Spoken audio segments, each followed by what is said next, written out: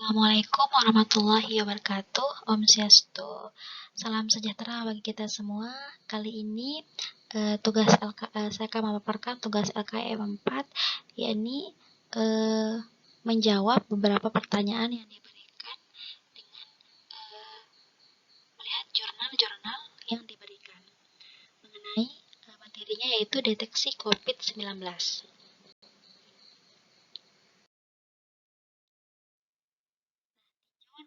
Deteksi COVID-19, SARS-CoV-2 atau kepanjangannya ialah Separate Acute Respiratory Syndrome Coronavirus 2 adalah penyebab penyakit coronavirus disease 19. Pada partikel coronavirus, protein nukleokapsid NP mengemas RNA genom untuk membentuk nukleokapsid helix. Protein membran terletak di struktur membran intraseluler dan berkaitan dengan nukleoprotein internal untuk membentuk struktur inti. Kemudian protein envelope atau I, protein membran atau M, dan protein spike atau SP berinteraksi satu sama lain untuk membentuk amplop virus. Protein spike lebih menonjol dari amplop virus dengan mengikat protein membran. GT et al. Soal nomor 1. Artikel ini mengandung pedoman umum bagi ilmuwan dalam komunitas penelitian biosensing dan industri biosensor untuk mengembangkan sistem deteksi COVID-19. Jelaskan pedoman yang digariskan dalam artikel itu. Simak jurnal GT et al. Tahun 2020 tentang Detection of COVID-19, a review of the current literature and future perspective biosensor and bioelectronic.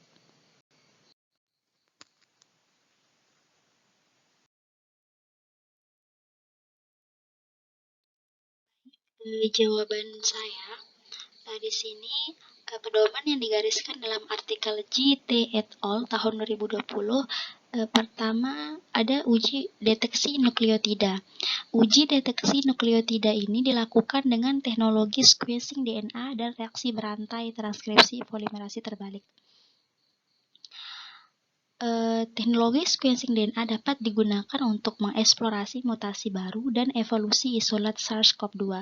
Namun, tes pengurutan DNA membutuhkan ahli yang sangat profesional untuk mengoperasikan instrumen mahal dalam laboratorium yang ketat, sehingga metode uji deteksi nukleotida ini membutuhkan waktu yang lama dan relatif mahal.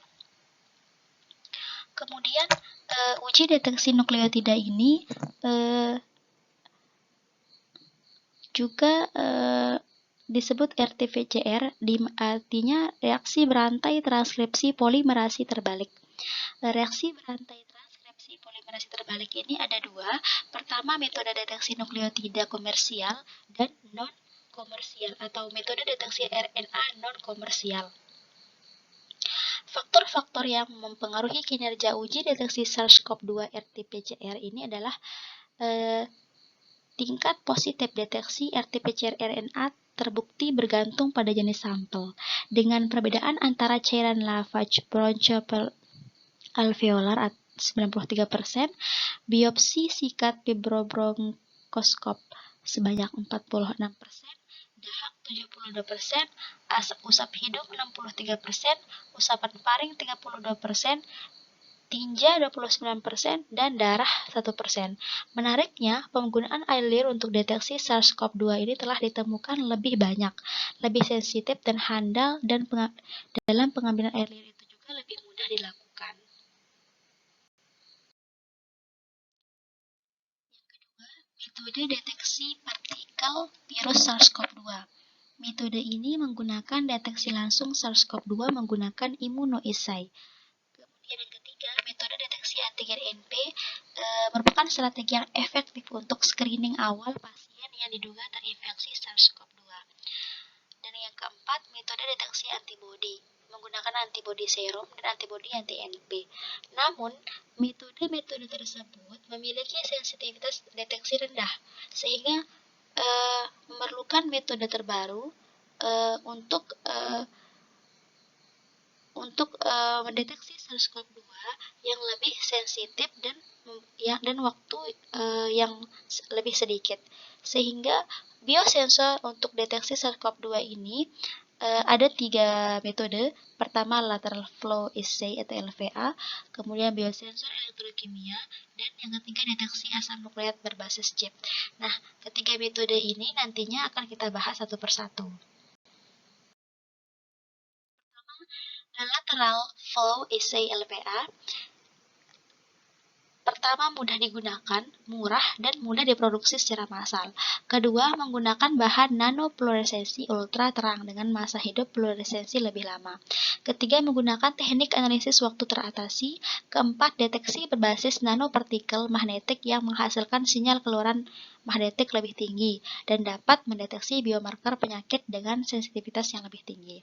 Menggunakan LVA bersama dengan mikrofluida atau amplifikasi eksponensial isotermal asam nukleat memberikan harapan yang cukup besar untuk deteksi lapangan yang cepat dari SARS-CoV-2 RNA dan dengan sensitivitas tinggi.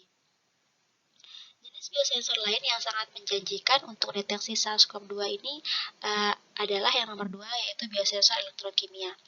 Biosensor elektrokimia telah banyak digunakan untuk mendeteksi asam nukleat, protein, antibodi, molekul kecil, dan virus.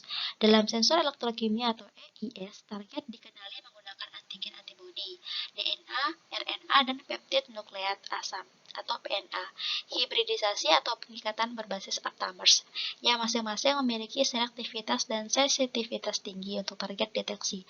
Kemudian, interaksi ditentukan menggunakan ukuran perubahan potensial, arus, konsentrasi ion, konduktansi, kapasitas, atau impedansi. Yang ketiga, asam nukleat berbasis chip. Nah, biosensor ini, metode ini dikenal dengan teknologi mikrofluida muncul sebagai pendekatan yang menarik untuk pengujian berbasis asam nukleat. Karena teknologi mikrofluida menawarkan chip sekali pakai yang sangat terintegrasi yang memungkinkan optimasi potensial dari persiapan sampel hingga deteksi perangkat portable yang murah. Dalam beberapa tahun terakhir, kemajuan telah dibuat sehubungan dengan pembuatan perangkat mikrofluida yang memungkinkannya menjadi lebih hemat biaya dengan waktu pengujian yang lebih singkat. Adapun langkah-langkahnya adalah prakonsentrasi partikel virus, kemudian ekstraksi dan konsentrasi asam nukleat dalam chip mikrofluida, serta deteksi asam nukleat dalam sistem mikrofluida. Soal nomor 2. Biosensor elektrokimia adalah salah satu yang diandalkan dalam deteksi cepat untuk mengetahui COVID-19. Jelaskan prinsip kerjanya berdasarkan artikel di atas pada sub bab 8.2 dan artikel Chain X down T, Way X yang Z, Virus NM dan kawan-kawan 2019, Electrochemical Method for Detection of Biomarkers of Chronic Obstructive Pulmonary Disease in Serum and Saliva. Ada 3 prinsip kerja biosensor elektrokimia. Pertama, sensor elektrokimia atau EIS.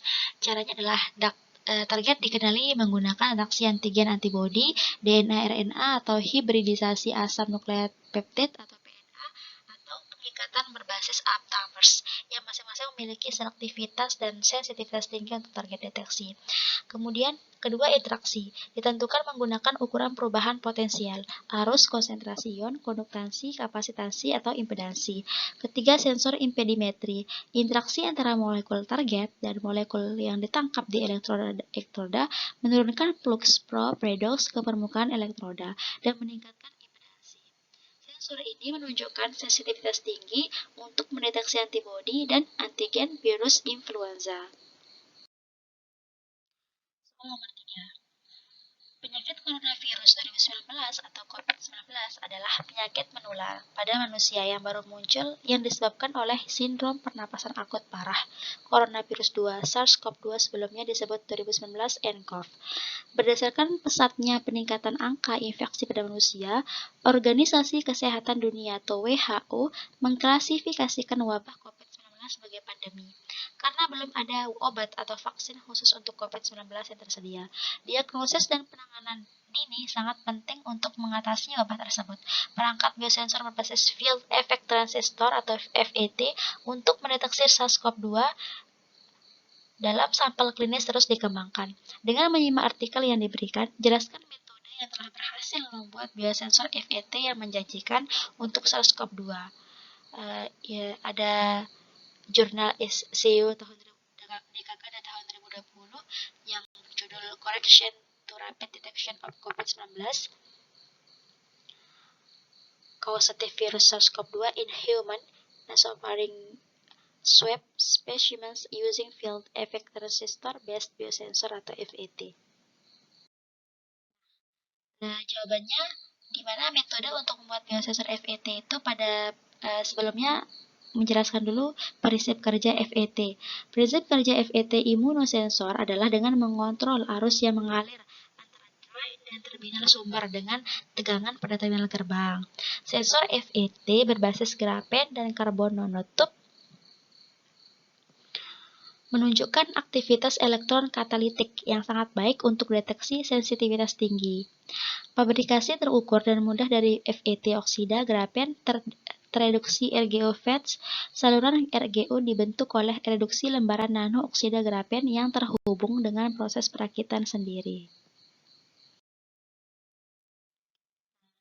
Metode apa yang telah berhasil membuat biosensor FET? Metode yang telah berhasil membuat biosensor FET untuk mengenali SARS-CoV-2 adalah karena adanya eksperimen berulang. Pertama, dengan menggunakan sampel yang disimpan dalam ENAT atau menggunakan media transportasi universal. Diperoleh hasil bahwa ENAT mengandung zat anidin thiocyanate yang dapat mengganggu interaksi antigen antibodi, sehingga ketika sampel dalam ENAT diterapkan pada sensor FET untuk waktu singkat, sensor FET dapat membedakan sampel pasien, sedangkan ketika sampel ENAT diterapkan dalam waktu yang lebih lama, sensor FET tidak dapat mendeteksi sampel pasien yang mungkin disebabkan oleh kandungan anidin thiocyanate. Diperlukan eksperimen berulang kembali untuk menentukan batas deteksi sensor FET. Oleh karena itu, biosensor FET akan efektif jika tidak perlu diberikan perlakuan awal atau pelabelan sampel seperti disimpan pada ENAT, sehingga biosensor FET dapat dengan jelas membedakan sampel pasien terkena virus dan tidak terkena virus atau yang normal. Berikut gambar A, B, C, D, dan E deteksi virus SARS-CoV-2 dari sampel klinis.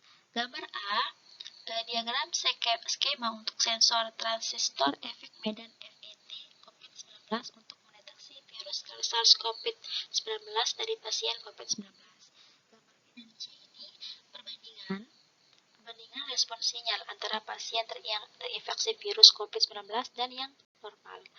Yang ke-D, gambar D ini respon real time COVID-19 terhadap sampel klinis. Nah, gambar E ini terkait kurva respon tergantung dosis. Terima kasih. Kurang lebihnya, mohon maaf.